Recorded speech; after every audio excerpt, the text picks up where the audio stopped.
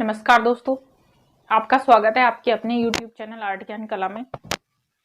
आज मैं कोई टॉपिक तो नहीं पढ़ा रही हूँ, आप ही के कुछ डिमांड थी, उसी डिमांड से मैं कुछ लेकर आई हूँ।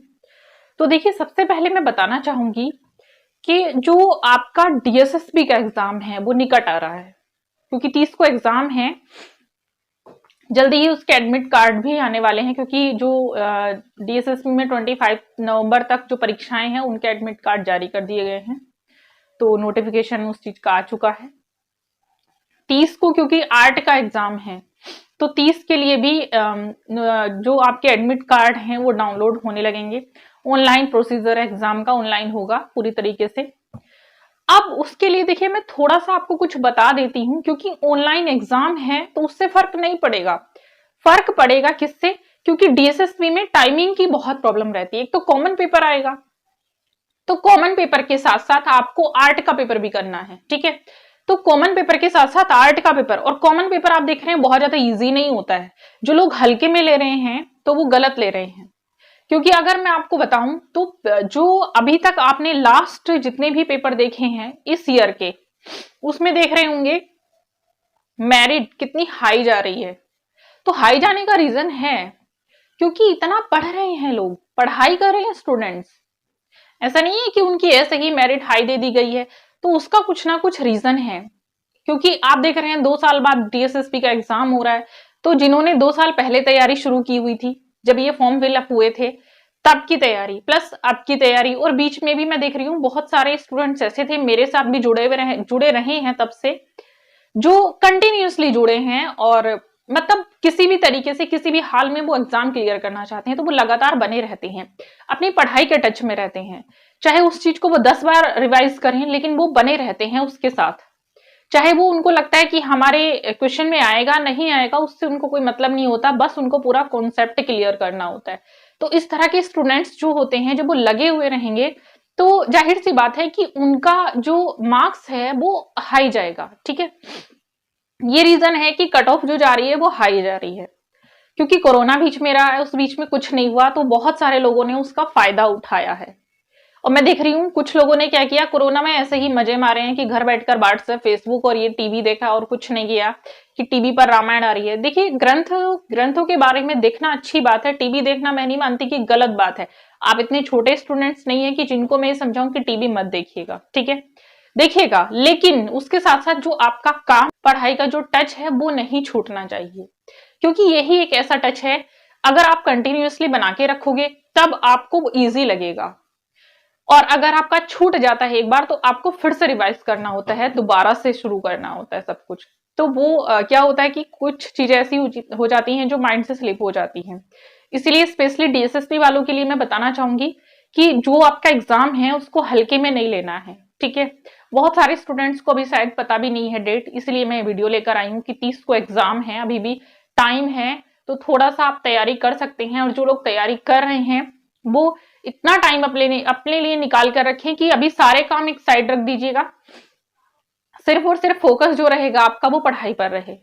तो कोशिश करें, जो आपका टच छूटा है अभी भी उसको रिवाइज करने का समय है, तो उसको रिवाइज करें। और देखिए, पेपर जब एग्जाम में आप करेंगे, अभी तो मैं एक वीडियो और लेकर आऊंगी, तो उसको दिमाग से करेंगे, ना कि जल्दीबाजी में, क्योंकि इसमें आपको समय भी देखना है और साथ साथ आपको बहुत ही ध्यान से करना होता है। एक भी चीज अगर छूट गई तो मुश्किल हो जाती है, क्योंकि निगेटिव मार्किंग होती है, तो बड़े ही ध्यान से करेंगे। और कॉमन पेपर के साथ आपका पेपर भी होता है जो इजी नहीं है, उसमें भी कुछ चीजें ऐसी हैं कि जो एक सी लगेंगी आपको, लेकिन उनका आंसर एक ही होता है। कॉमन पेपर के जैसी ही कुछ आंसर मैचिंग होते हैं जो आपको करने होते हैं। तो अपनी जो कॉमन पेपर की तैयारी है आर्ट के साथ साथ आप वो भी करते रहें, ठीक है।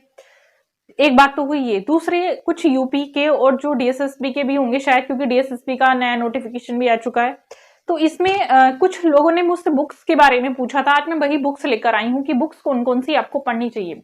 देखिए, वैसे तो मार्केट में बहुत सारी बुक्स हैं, लेकिन जिनको मैं प्रिफर करती हूँ उनके नाम ही मैं कुछ लेकर आई हूँ, सिलेक्टेड नाम में लेकर आई हूँ, क्योंकि उनमें मैंने देखा है कि कुछ ना कुछ ऐसा है जो आपके काम आएगा। तो देखते हैं, पहली है डॉक्टर रीता प्रताप। देखिए, इन बुक्स में क्या है, रीता प्रताप की बुक्स में बहुत सारी चीजें मैंने देखा है कि कुछ गलत आती हैं। तो ये एक अकेली बुक ऐसी नहीं है रीता प्रताप की, जिसमें चीजें गलत हैं। गलत सभी की बुक्स में है और गलत चीजें नहीं है, कुछ ऐसी चीज हो जाती है कि वो अपडेट नहीं हुई है। ठीक, तो पढ़े सारी बुक में छोटी छोटी मिस्टेक आपको मिल जाएंगी, तो उसमें लेखक की कोई मिस्टेक नहीं है, क्योंकि टाइम के अकॉर्डिंग चीजें बदल गई हैं। अब देखेंगे दूसरे नंबर पर मैंने लिखी है वाचस्पति गैरोला। ये बुक इतनी आसानी से मिलती तो नहीं है, अगर मिल जाए तो बहुत लाभकारी है।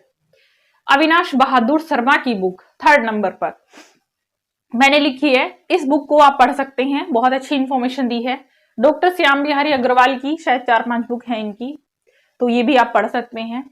राकेश गोस्वामी की बुक आजकल मार्केट में बहुत ज्यादा अवेलेबल हैं, तो आप इनसे पढ़ सकते हैं, पीछे भी ये चर्चा में रही है। आर्टिस्ट की बुक है, अच्छी बुक है, तो आप ये पढ़ सकते हैं। लास्ट में मैंने लिखी है ज्योति चौहान, मतलब मेरी बुक्स है। देखिए मेरी बुक्स से काफी कुछ फंसा भी है जो अभी एग्जाम हुआ था, क्योंकि मेरी बुक्स में डिटेल नहीं है। अभी मैंने डिटेल पर कोई बुक्स नहीं निकाली है, अभी जो मेरा काम चल रहा है वो भी डिटेल पर नहीं चल रहा है, पाश्चात्य कला में कर रही हूँ। ठीक है, डिटेल पर भी मैं आगे कोशिश करती हूँ मैं लेकर आऊं, लेकिन मैं तभी लेकर आऊंगी जब मैं खुद श्योर हो जाती हूँ कुछ चीजों को लेकर। ठीक, तो थोड़ा सा उसके लिए वेट करना पड़ेगा। इसमें जो मैंने बुक्स में लिखे हुए हैं उसमें क्वेश्चन आंसर हैं, टोटल क्वेश्चन आंसर हैं, उसमें 2 बुक्स हैं, आप ले सकते हैं। ठीक है, नीचे है रवि साखलकर सर की बुक है, ये भी अच्छी है, तो इन बुक्स को आप नोट कर सकते हैं, स्क्रीनशॉट ले लीजिएगा। इनमें से आप जो भी बुक्स हैं वो आप ले सकते हैं।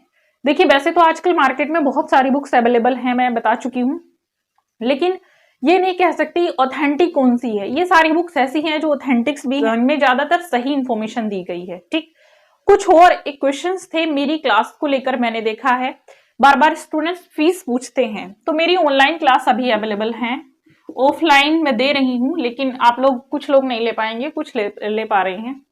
तो ऑनलाइन में देखिए पूरे कोर्स की जो फीस है, यूपी टीजीटी पीजीटी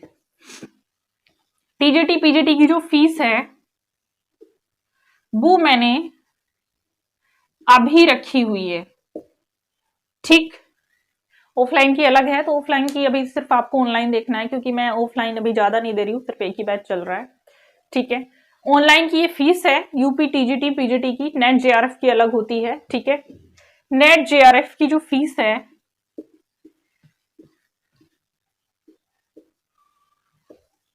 ये नेट जेआरएफ की फीस है, तो आप मुझे कांटेक्ट कर सकते हैं। ठीक है, अब बात आती है यूपी के नोटिफिकेशन की, तो यूपी का नोटिफिकेशन भी जल्दी आने वाला है, अपनी तैयारी रखें। मैं बार बार कहती हूँ, देखिए कट ऑफ में वही बंदा आता है जो पहले से तैयारी कर रहा है, जो 15 दिन पहले या 1 महीना पहले तैयारी करना शुरू करते हैं उनका नंबर नहीं आता है। तो तैयारी अपनी सेल्फ स्टडी करिए, अगर आप कोचिंग भी नहीं ले रहे हैं तो सेल्फ स्टडी करते रहें, बहुत अच्छी होती है। जो लोग खुद से सीखते हैं, मैंने पहले भी कहा था, जो लोग खुद से सीखने का उत्साह अपने अंदर रखते हैं वो बहुत अच्छा कर पाते हैं, क्योंकि खुद से सीखा हुआ कभी भी बेकार नहीं जाता, बहुत अच्छा आप कर पाते हैं। ठीक है, तो कोशिश करिए, तैयारी अपनी रखें, और जो भी आपको गाइडेंस चाहिए मैं कुछ अलग तरीके से इस बार इस चैनल पर लेकर आऊंगी, तो कोई भी वीडियो को मिस ना करें, चैनल को सब्सक्राइब करके रखें। बहुत कुछ आपके लिए मैं लेकर आ रही हूँ, कुछ नया लेकर आऊंगी, कुछ ऐसा लेकर आऊंगी जो आपके लिए काफी हेल्पफुल रहेगा, पहले से भी बेटर रहेगा। क्वेश्चन पेपर ज्यादा हम लेकर आएंगे इस बार। ठीक है, तो मैं पूरी कोशिश करूंगी जहां जितना हो सकेगा आपके लिए, क्योंकि पिछली बार भी मैंने देखा स्टूडेंट्स को काफी बेनिफिट हुआ है और इस बार उससे डबल बेनिफिट होने वाला है। तो कंटिन्यू वॉचिंग रखेंगे अपना। ठीक है, चलते मिलते हैं नेक्स्ट वीडियो में, तब तक के लिए।